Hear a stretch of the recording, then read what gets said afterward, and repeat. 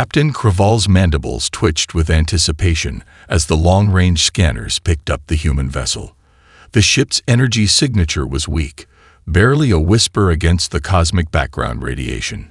Classical music, something his database identified as Mozart's Symphony No. 40, drifted through the open channels, a common practice among luxury cruise vessels in human space.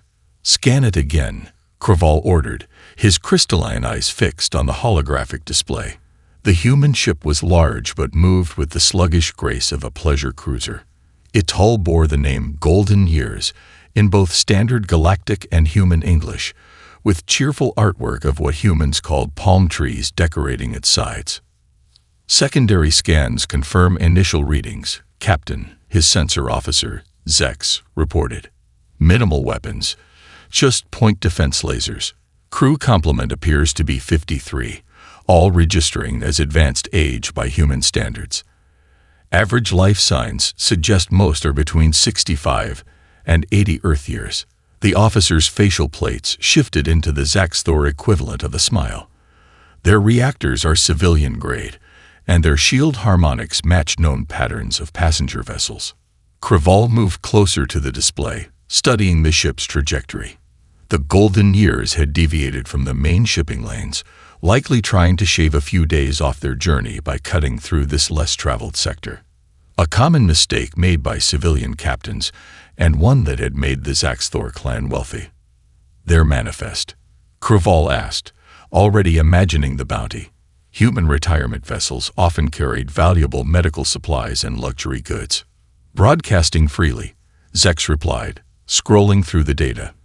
"Listed as a transport for retiring colonists bound for the Epsilon Eridani settlement zone. Cargo includes personal effects, medical supplies, and..." Zex paused, mandibles clicking excitedly. "A significant quantity of earth alcohols and preserved foods, premium grades." In the captain's quarters of the Golden Years, Commander Jessica Morrison watched the pirate vessel's approach on a screen that appeared to be showing a bingo schedule. Her weathered face remained impassive as she sipped coffee from a mug that read "World's Best Grandma," a gift from her actual grandchildren that now served as part of her cover. "They've scanned us 3 times in the last 10 minutes, reported Bill Anderson from his station disguised as a medical monitoring terminal. His fingers, steady despite his 70 years, danced across the hidden controls. "They're seeing exactly what we want them to see. Life signs all registering as civilian patterns, thanks to those biomimickers we borrowed from R&D. Morrison nodded, tapping a command into her mug's hidden control surface. Throughout the ship, her crew, all hand-picked veterans with decades of combat experience, received their preliminary alerts via subdermal implants. To any observer, the ship's internal cameras would show only elderly passengers going about their daily routines, playing cards, attending exercise classes, or napping in common areas. "Time to initial contact?" Morrison asked, watching as Frank Thompson deliberately fumbled his way through a Tai Chi routine in the ship's garden level. The former EOD specialist was actually placing motion sensors disguised as decorative rocks. "At their current velocity, 15 minutes, Anderson replied. "They're being cautious, but not suspicious, running the same approach pattern they used on the Paradise Wanderer last month." His voice hardened at the mention of the civilian cruise ship that had been hit by pirates, leaving 20 dead. Morrison stood, her movements deliberately slow and slightly shaky, matching the profile of the retired schoolteacher listed in her cover identity. "Signal the kitchen staff to start lunch service." Nothing says harmless civilians like 30 veterans pretending to argue about pudding options. As if on cue, Linda Williams's voice came over the ship's comm system, announcing the day's menu in a grandmotherly tone that completely belied her record as one of the deadliest snipers in naval special warfare history. The pirate vessel grew larger on their screens, its predatory form a stark contrast to the cheerful exterior of the Golden Years. Morrison allowed herself a small smile as she watched Craval's ship draw closer to the carefully laid trap. Her crew had spent months crafting this scenario, down to the last detail. "Let's give them the welcome they deserve," she murmured, straightening the floral sweater that concealed her combat armor. Time to remind the galaxy why humans have a reputation for being dangerous at any age. Craval's initial hail came exactly as Commander Morrison had predicted. The pirate captain's holographic form materialized on the bridge, mandibles spread in what his species considered a diplomatic smile. Morrison activated their pre-planned response, a shaky, poorly framed transmission showing her fumbling with the communications console. "Oh dear, is this thing working?" She adjusted her reading glasses unnecessarily. "Hello, space vessel. We're having trouble with our equipment." Behind her, Anderson deliberately miscalibrated the hologram projector, making their transmission flicker. In the pirate ship's command center, Craval's crew chittered with amusement. "Their communication officer appears to be out to lunch," Zex commented, monitoring the human vessel's increasingly erratic power signatures. What he couldn't detect was Anderson carefully manipulating their emissions to mask the deployment of the ship's defensive systems. "This is Captain Craval of the independent merchant vessel Steel Talon," Craval announced, using their standard cover story. "Your ship appears to be experiencing technical difficulties. We're prepared to offer assistance." His mandibles clicked in anticipated triumph as he gave the signal for his boarding parties to begin their preparations. Below decks on the Golden Years, Frank Demodad Thompson was giving what appeared to be a ceramics class to 6 other retirees. His gnarled hand shaked clay while he hummed Fortunate Son, each movement precisely placing sensor-masked explosives around the most likely breach points. "Remember, folks," he called out cheerfully for the benefit of any monitoring devices, "the key to good pottery is patience." His students nodded, each one a veteran of multiple combat deployments, as they strategically positioned themselves around the room. The clay they worked with contained compounds that would turn harder than steel when activated. Morrison's voice crackled over the ship's intern, appropriately shaky and uncertain. "Attention passengers, we're experiencing some technical difficulties with our navigation system. Please remain calm and continue your activities while our engineering team sorts this out." The pause was calculated, just long enough to suggest mild confusion rather than tactical planning. Linda Ghost Williams sat in the ship's observatory, apparently absorbed in knitting, while she tracked the pirates' approaching shuttlecraft through her augmented contact lenses. Her hands, steady enough to thread a needle despite her age, could still put a shot through an engine housing at 800 meters. The yarn she worked with contained monofilament wire strong enough to slice through armor. "What a lovely day for knitting," she announced to her companion, the code phrase alerting the ship's security teams to the pirates' exact approach vector. In the ship's medical bay, Jack Frost Winters was conducting what appeared to be a routine health screening for his fellow passengers. Each medical scan secretly mapped the boarding party's positions relative to their predetermined ambush points. His hands shook convincingly as he operated the medical scanner, which was actually a modified tactical display. "Blood pressure's a bit high today, Mrs. Rodriguez," he announced loudly, signaling that the second boarding shuttle was in position. "Nothing to worry about, though.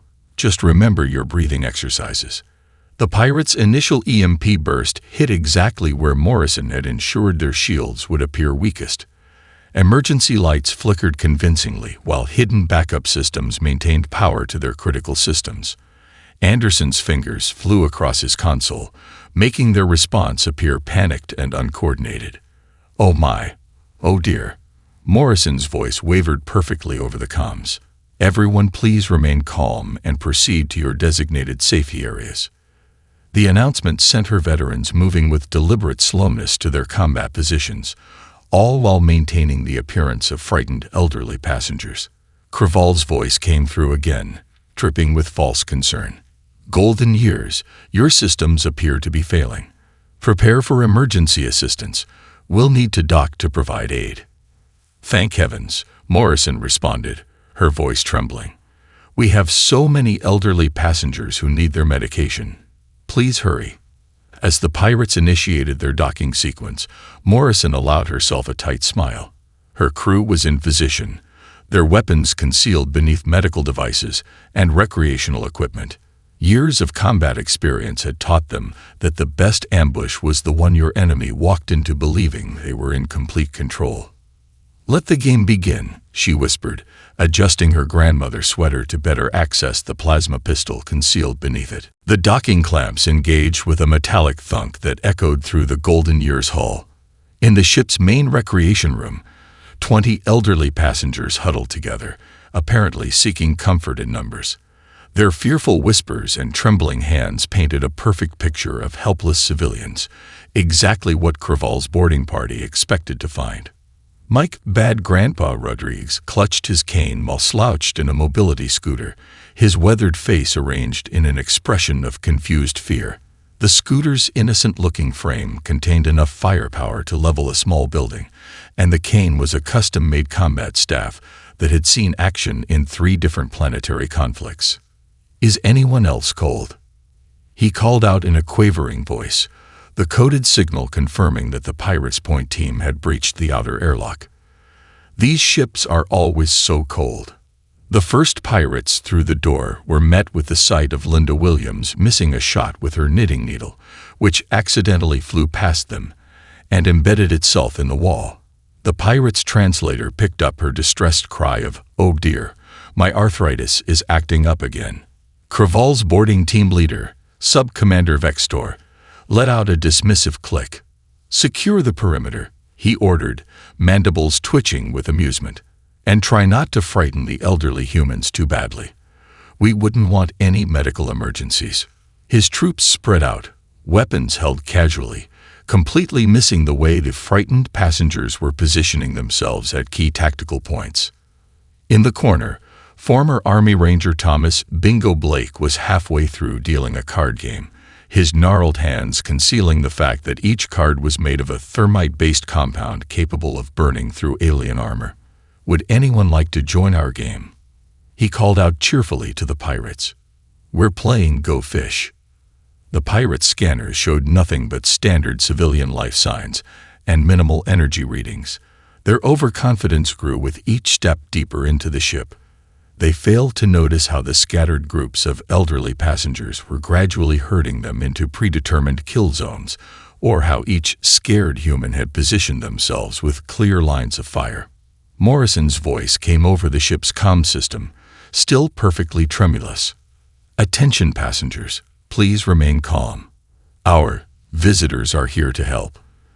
The slight pause was another signal. The pirates' second wave had cleared the airlock. Near the room's entrance, Helen Doc Martinez was running what appeared to be a blood pressure check on another passenger. The medical scanner in her hands was actually mapping the pirates' armor weak points, data streaming silently to every veteran's neural implant. "Your blood pressure's a bit high, dear," she announced loudly, indicating that the tactical analysis was complete. "Try those breathing exercises we practiced."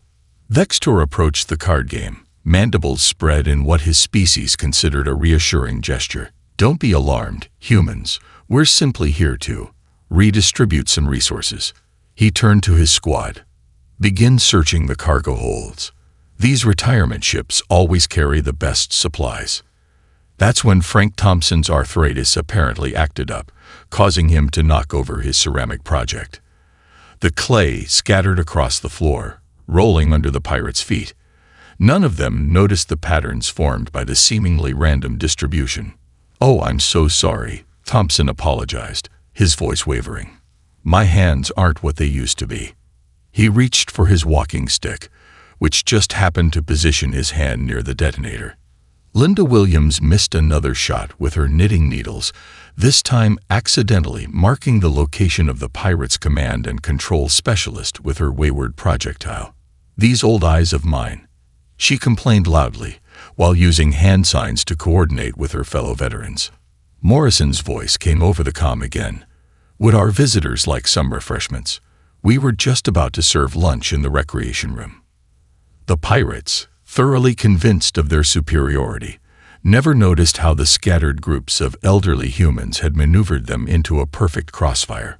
They didn't realize that each shaking hand and fumbled movement was precisely choreographed, or that beneath every floral print and cardigan was a veteran of humanity's deadliest conflicts.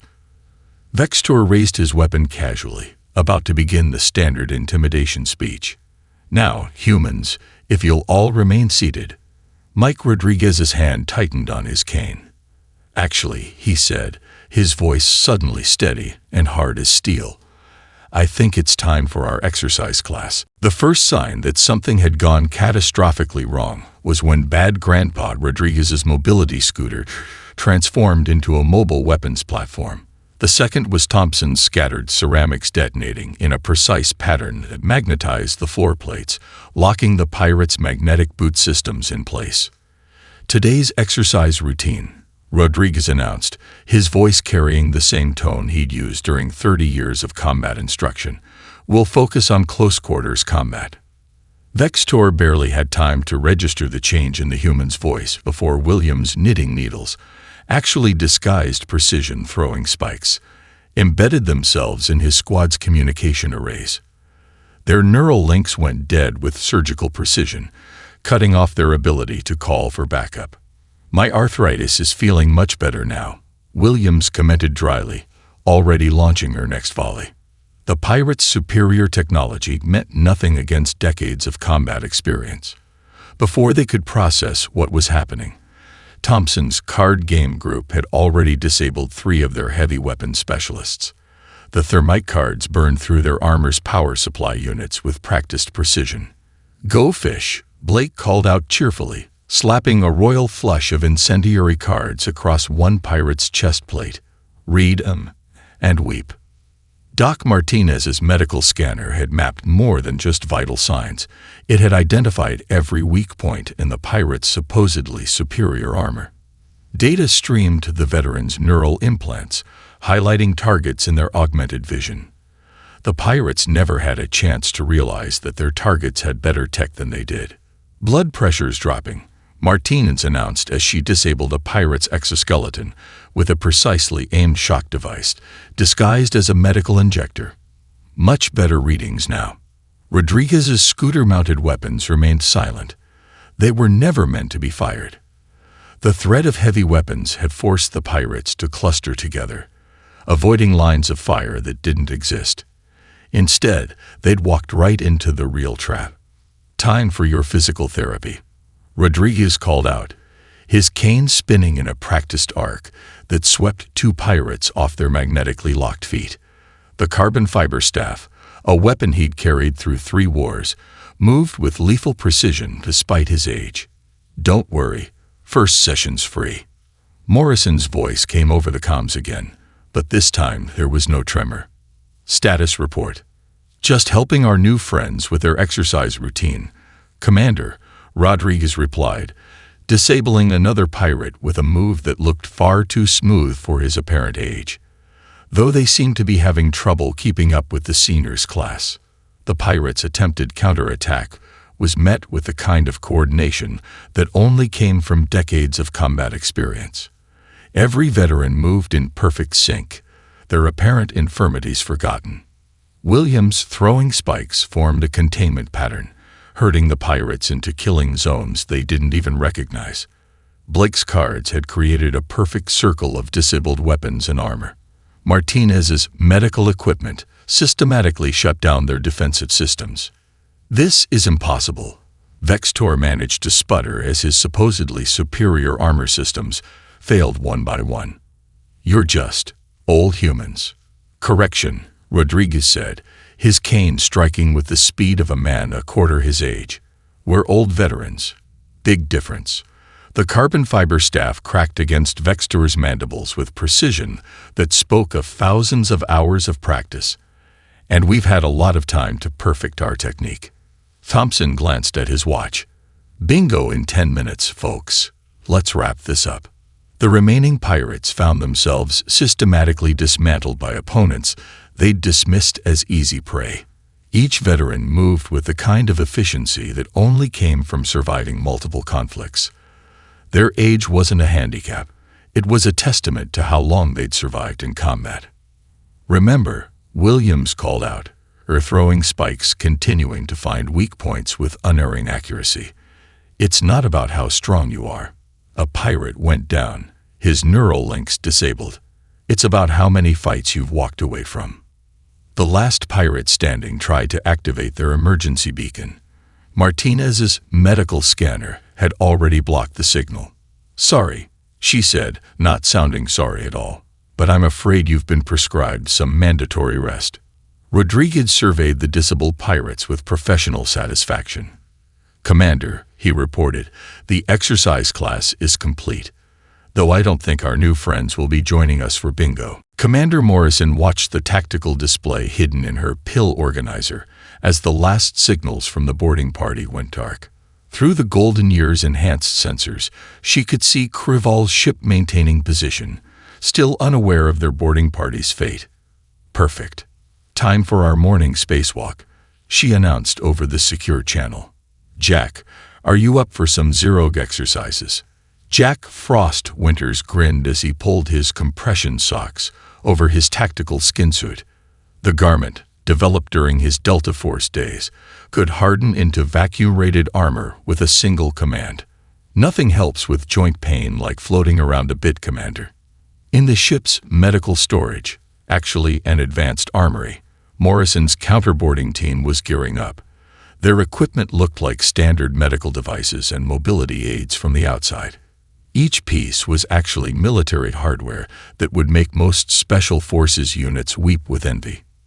"Remember your arthritis braces," Morrison said, helping former Marine Sarah Rafe Parker adjust what appeared to be a medical support device. The brace was actually a personal shield generator. "Don't want any joint pain during our exercise." Winters checked his supplemental oxygen tank, a multi-spectrum cloaking device that had helped him earn his Shadow nickname during the Tehran crisis. "Weather forecast looking clear for our walk, Commander." "Crystal clear. Frost." Morrison's fingers danced across her tactical display. "Anderson's got their sensors feeding them a loop of our frightened civilian act. They're so busy laughing at our apparent panic that they haven't noticed their boarding party went silent." The four-person team gathered in the airlock, disguised as a therapeutic pressure chamber. Each veteran moved with the kind of precision that came from countless space operations.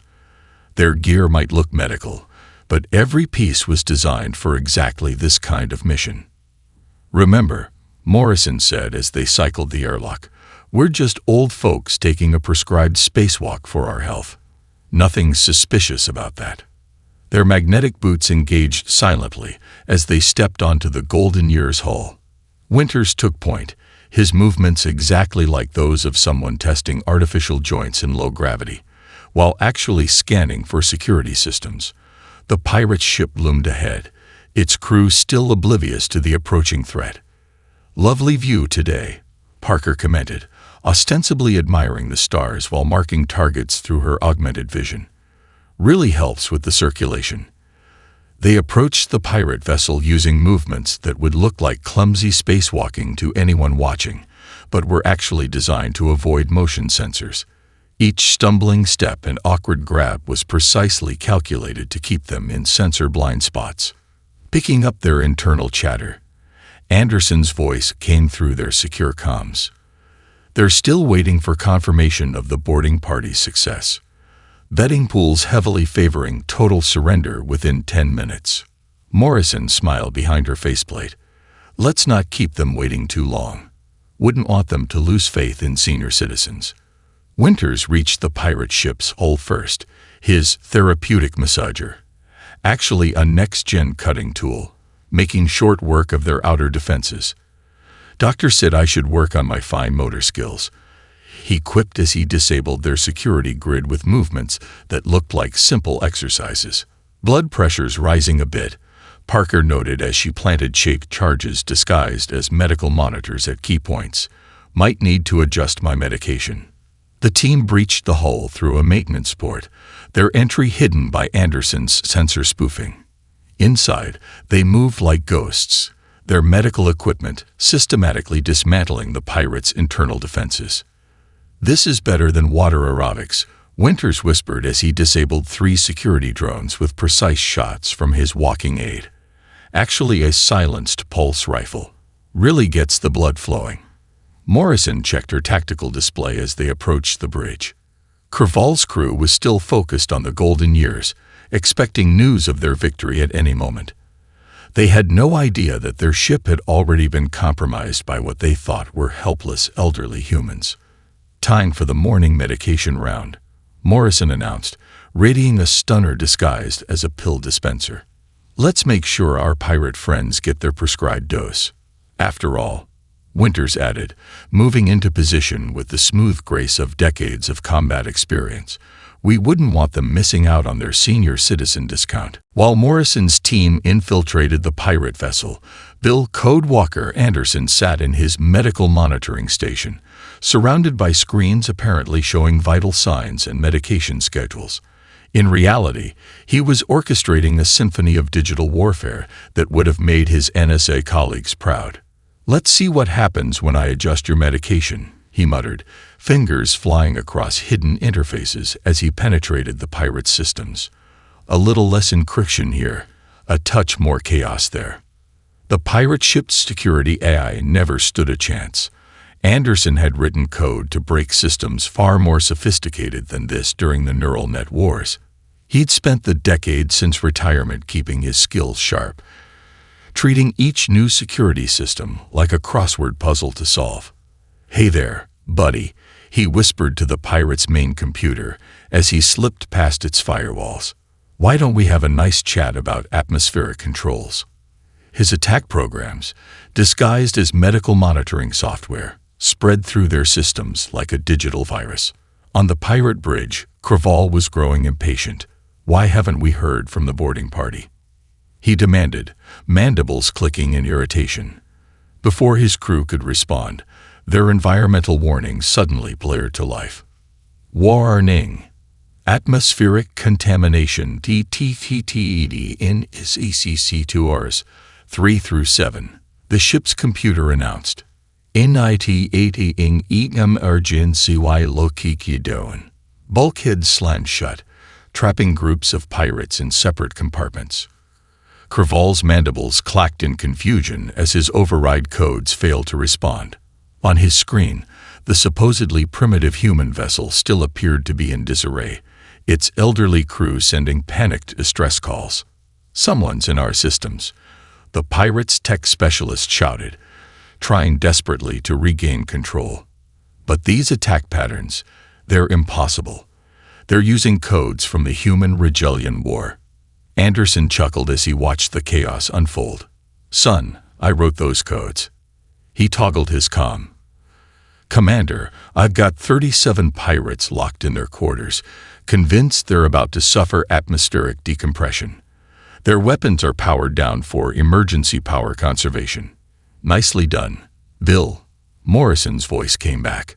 "How's your arthritis holding up?"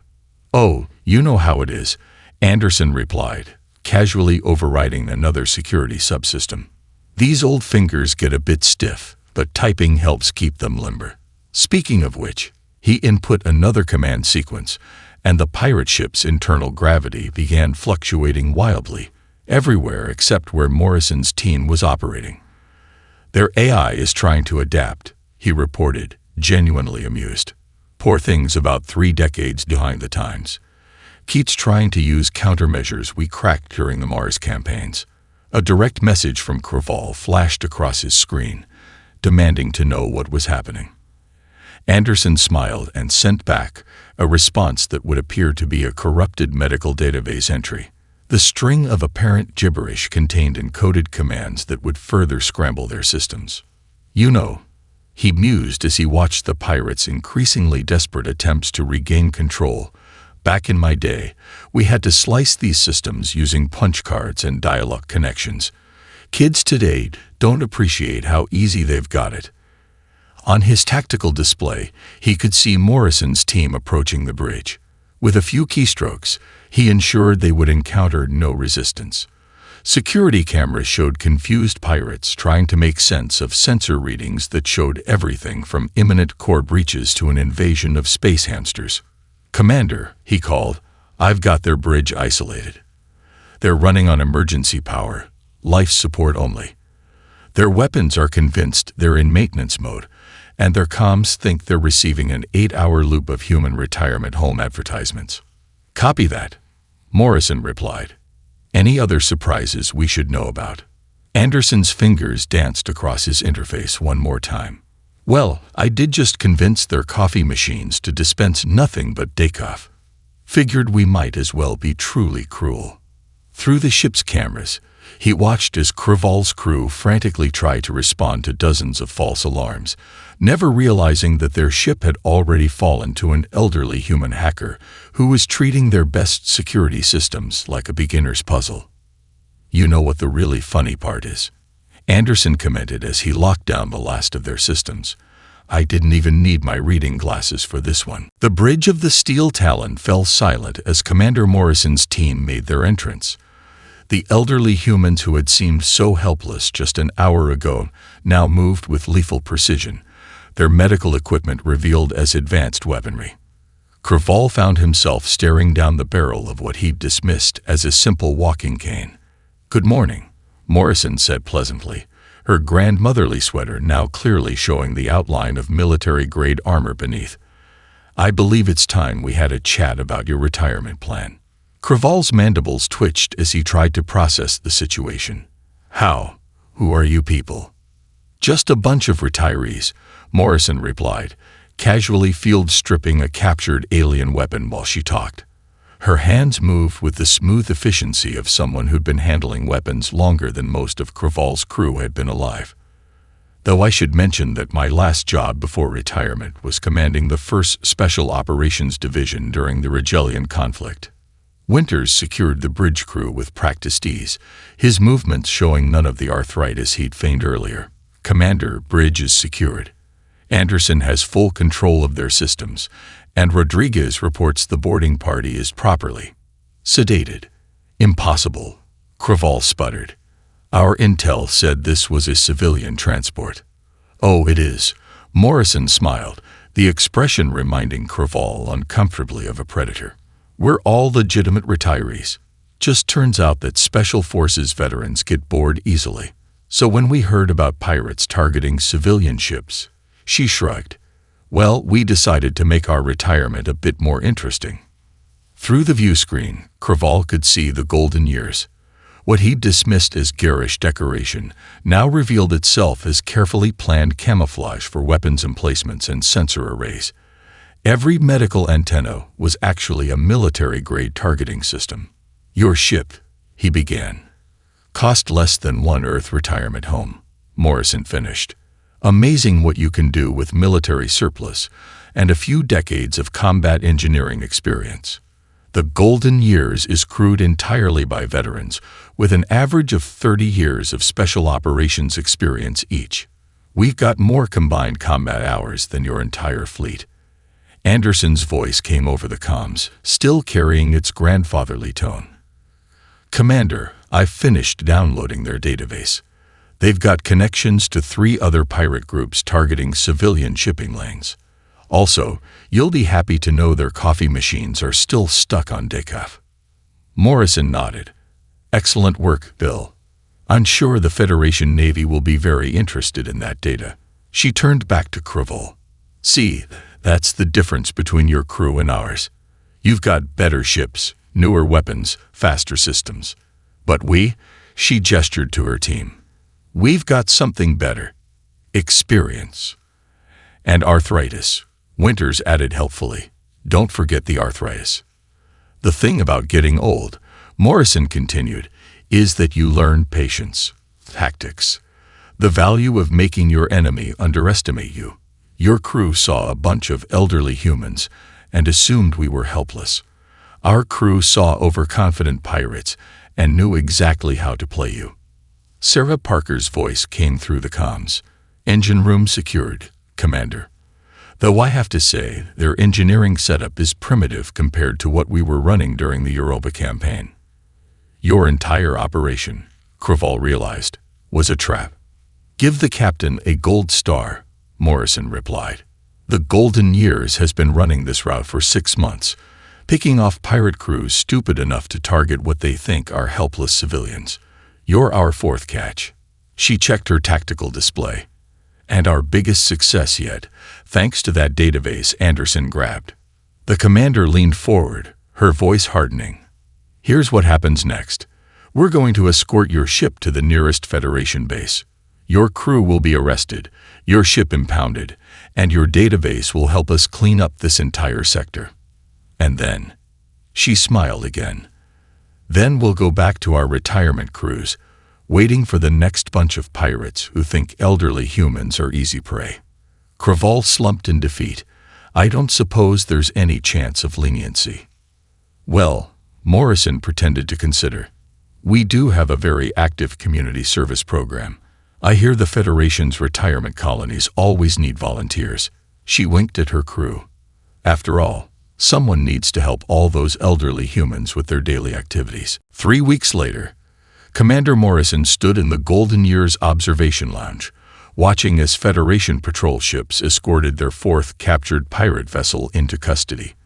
The room was filled with her crew, celebrating another successful mission with what appeared to be a typical senior citizen's tea party. You know, Rodriguez said, dunking a cookie into his tea while checking the tactical display hidden in his cup space, I haven't had this much fun since the neural net wars. Though I do miss the explosions sometimes. Speak for yourself, Thompson replied, adjusting his hearing aid that was actually a long-range communications device. My grandkids asked me what I've been doing since retirement. Told them I joined a cruise ship social club. Technically wasn't lying. Anderson looked up from his tablet, which showed real-time data from the sector's security networks. Latest intelligence reports show pirate activity has dropped 60% since we started our retirement cruise. Apparently, the story's spreading through their networks. Something about avoiding ships with elderly humans. Can't imagine why. Williams deadpanned, her knitting needle still sharp enough to pierce combat armor. We're just a bunch of harmless senior citizens enjoying our golden years. Morrison smiled as she reviewed the mission statistics on her command tablet, disguised as a large print crossword puzzle. The Golden Years operation had exceeded all expectations. Not only had they captured 4 major pirate vessels, but Anderson's data mining had provided Federation intelligence with enough information to dismantle 3 more criminal networks. Latest update from Federation Command, she announced to her crew. They're implementing our training program across the sector. Every civilian transport will now have a contingent of retired military personnel. They're calling it the Senior Security Initiative. How flattering, Parker commented, cleaning her reading glasses that doubled as a multi-spectrum targeting system. Though I suspect none of them will have quite our style. Through the observation window, they could see their latest catch being processed. Craval and his crew had indeed been assigned to community service, specifically helping maintain retirement communities across the Federation. The irony wasn't lost on anyone. Commander Winters called from his station. You might want to see this. The Federation News Network is running a story about us.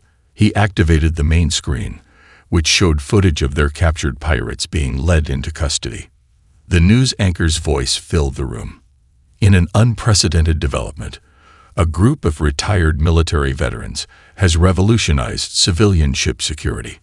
Operating from what appeared to be a retirement cruise vessel, these former Special Forces operators have captured multiple pirate crews and provided vital intelligence to Federation authorities. When asked for comment, the crew simply stated they were keeping busy during retirement.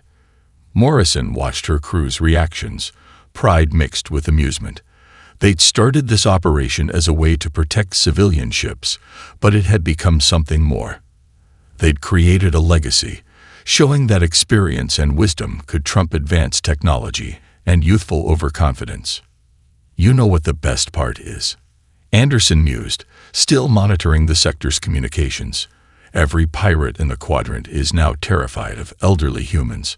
I just intercepted a warning bulletin advising their crews to avoid any ship that looks like a retirement vessel. Apparently, we're bad for business. Speaking of business, Morrison said, pulling up their next mission profile. Federation intelligence has identified another pirate group operating in the Arcturus sector. They'd been targeting medical transports. She looked around at her crew. Anyone up for an extended cruise? The veterans exchanged knowing looks. Their retirement had turned into something none of them had expected. A chance to protect others while proving that age and experience were formidable weapons in themselves. "Well," Rodriguez said, rising from his chair with deliberate slowness, maintaining their cover even in private, "I hear the Arcturus sector is lovely this time of year. Very good for the joints." Morrison smiled as she watched her crew begin their preparation routines, each one falling easily into their well-practiced roles. The Golden Years would continue its mission, protecting the spaceways under the guise of a retirement cruise. "After all," she said, adjusting her grandmotherly sweater, "we've got to set a good example for the next generation of retirees. Show them how to stay active in their golden years." "Besides," Williams added, her knitting needles glinting in the starlight, "someone has to teach these pirates about respecting their elders."